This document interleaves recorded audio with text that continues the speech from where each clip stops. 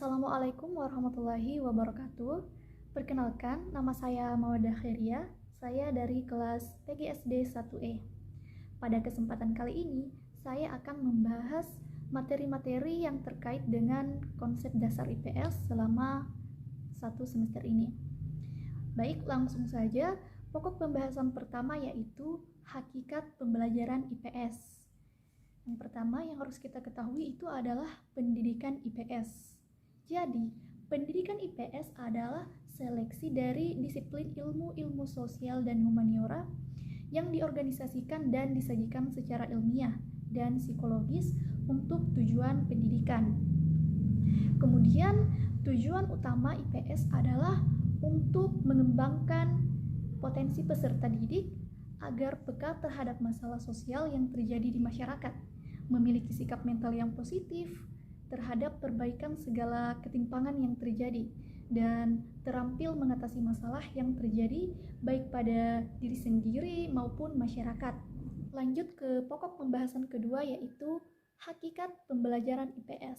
Nah, pembelajaran IPS ini terbagi menjadi beberapa konsep dasar, diantaranya yaitu konsep dasar sejarah, konsep dasar geografi, konsep dasar ekonomi, konsep dasar politik, konsep dasar antropologi, dan konsep dasar sosiologi. Ya, pertama itu adalah konsep dasar sejarah.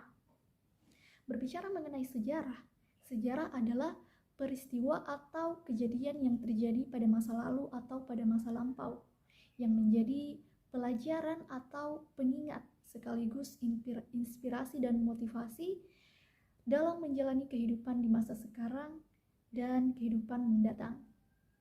Selanjutnya yaitu konsep dasar geografi. Nah, geografi ini adalah ilmu pengetahuan yang menggambarkan segala sesuatu yang ada di permukaan bumi ini. Selanjutnya yaitu konsep dasar ekonomi. Ekonomi merupakan kegiatan sosial karena tidak ada manusia yang mampu hidup sendiri dalam memenuhi kebutuhannya. Kemudian selanjutnya itu konsep dasar politik. Dalam catatan sejarah, orang yang pertama kali memperkenalkan politik adalah Aristoteles. Jadi Aristoteles ini adalah seorang filsuf Yunani kuno. Ia mengemukakan bahwa manusia adalah merupakan binatang politik atau political animal. Berangkat dari asumsi tersebut bahwa hakikat kehidupan sosial sesungguhnya merupakan politik, karena interaksi satu sama lain dari dua atau lebih orang sudah pasti akan melibatkan hubungan politik. Kemudian konsep dasar sosiologi.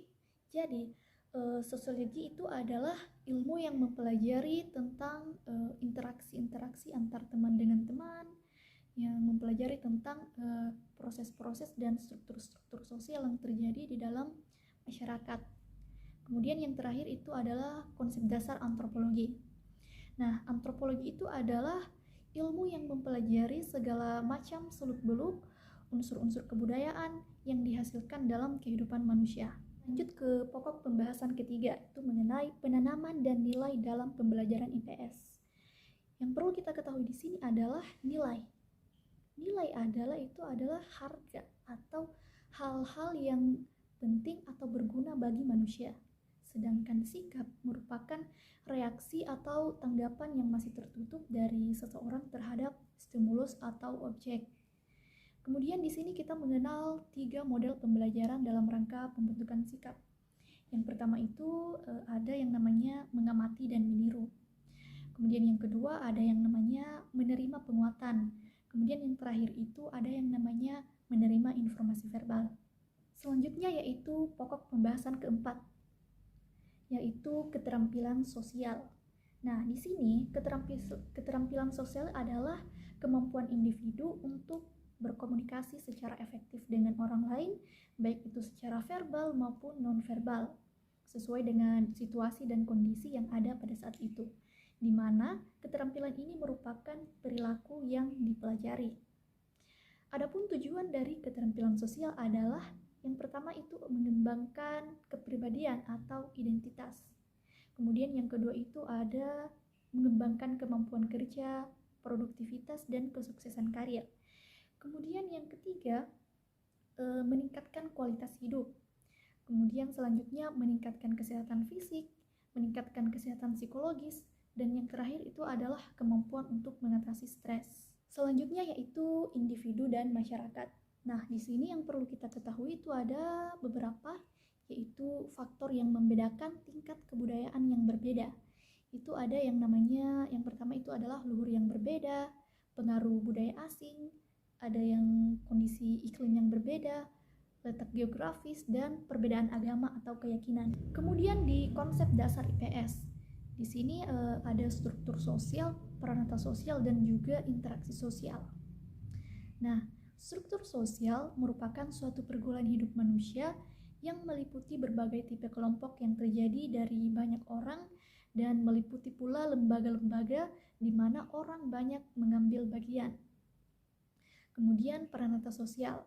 Peranata sosial ini adalah wadah yang memungkinkan masyarakat untuk berinteraksi dengan pola perilaku sesuai dengan norma yang berlaku. Kemudian syarat interaksi sosial. Menurut Surjono Sukanto, interaksi tidak mungkin terjadi tanpa adanya dua syarat, yaitu kontak sosial dengan komunikasi. Kemudian yang ketujuh itu adalah manusia dan lingkungannya. Manusia itu adalah suatu makhluk hidup, ya, makhluk hidup ciptaan Allah Subhanahu wa taala dengan segala fungsi dan potensinya yang tunduk kepada aturan penciptanya. Sedangkan lingkungan itu adalah segala sesuatu yang mempengaruhi perkembangan kehidupan manusia, baik secara langsung maupun tidak langsung. Kemudian di sini contoh fenomena sosial. Yang pertama itu mudik, pencemaran air, kriminalitas, unjuk rasa, kepadatan penduduk, aksi solidaritas saat bencana alam tiba, kemudian kenakalan remaja. Kemudian selanjutnya itu unsur-unsur kebudayaan manusia dan lingkungannya. Yang pertama itu bahasa, ada pengetahuan, ada organisasi sosial, ada peralatan hidup dan teknologi, kemudian ekonomi, religi, dan yang terakhir itu adalah kesenian. Kemudian lanjut ke pokok pembahasan yang ke-8, itu mengenai pengaruh kebudayaan Hindu-Buddha dan Islam di Indonesia. Nah, agama dan kebudayaan Hindu-Buddha masuk ke Indonesia itu melalui kontak perdagangan. Pada awalnya orang-orang India bersikap aktif dalam perdagangan tersebut. Hal ini menurut Claudius Ptolemeus dari Yunani didorong oleh kekayaan Indonesia akan perak, cengkeh, pala, lada yang menarik para pedagang mancanegara. Kemudian ada teori-teori masuknya Hindu-Buddha di Indonesia. Itu diantaranya ada teori Brahmana, ada teori Ksatria, ada teori Waisya, ada teori Sudra, dan yang terakhir itu ada yang namanya teori nasional. Kemudian selanjutnya itu adalah jalur masuknya Islam di Indonesia. Adapun jalur-jalur yang masuknya Islam di Indonesia itu terdapat 4 jalur. Di antaranya itu melalui jalur perdagangan, kemudian melalui jalur pernikahan, kemudian melalui jalur pendidikan, dan terakhir itu melalui jalur akulturasi budaya. Selanjutnya yaitu struktur sosial, peranata sosial, dan juga proses sosial.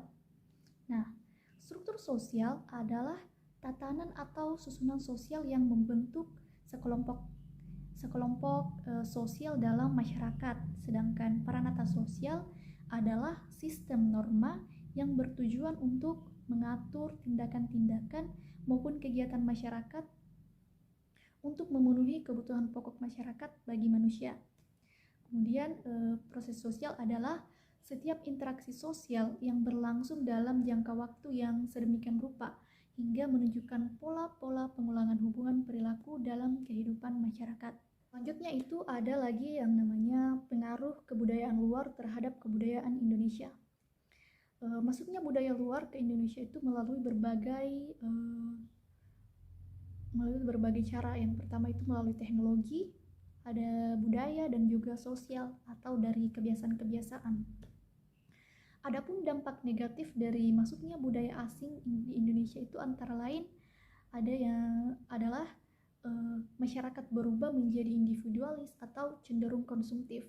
Kemudian gaya hidup yang kebarat-baratan dan produk dalam negeri tersingkir oleh keberadaan produk dari luar. Adapun dampak positifnya itu perubahan pola pikir masyarakat Indonesia yang membentuk kelompok masyarakat modern. Kemudian kemajuan ilmu pengetahuan dan teknologi sehingga masyarakat dapat mengetahui informasi yang ada dengan cepat. Kemudian peningkatan taraf kehidupan yang lebih baik. Selanjutnya yaitu perjuangan Indonesia dalam mencapai dan mempertahankan kemerdekaan. Pada awalnya, rakyat Indonesia itu menyambut kedatangan sekutu dengan senang. Akan tetapi, setelah diketahui Nika ikut di dalamnya, sikap rakyat Indonesia menjadi curiga dan bermusuhan.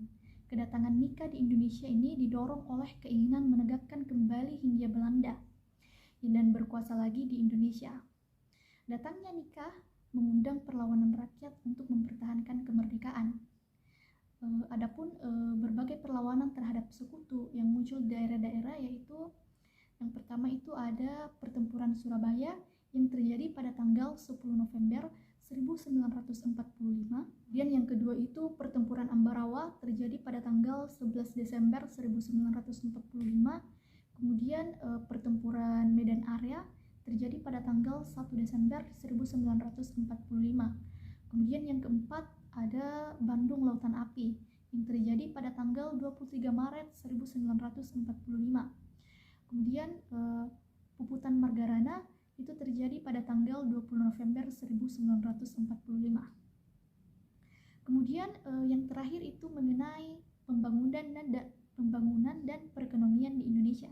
Adapun faktor yang mempengaruhi pembangunan ekonomi itu antara lain adalah sumber daya alam, sumber daya manusia, akumulasi modal dan tenaga manajerial dan organisasi produksi, ilmu pengetahuan dan teknologi, kemudian faktor politik dan administrasi pemerintahan.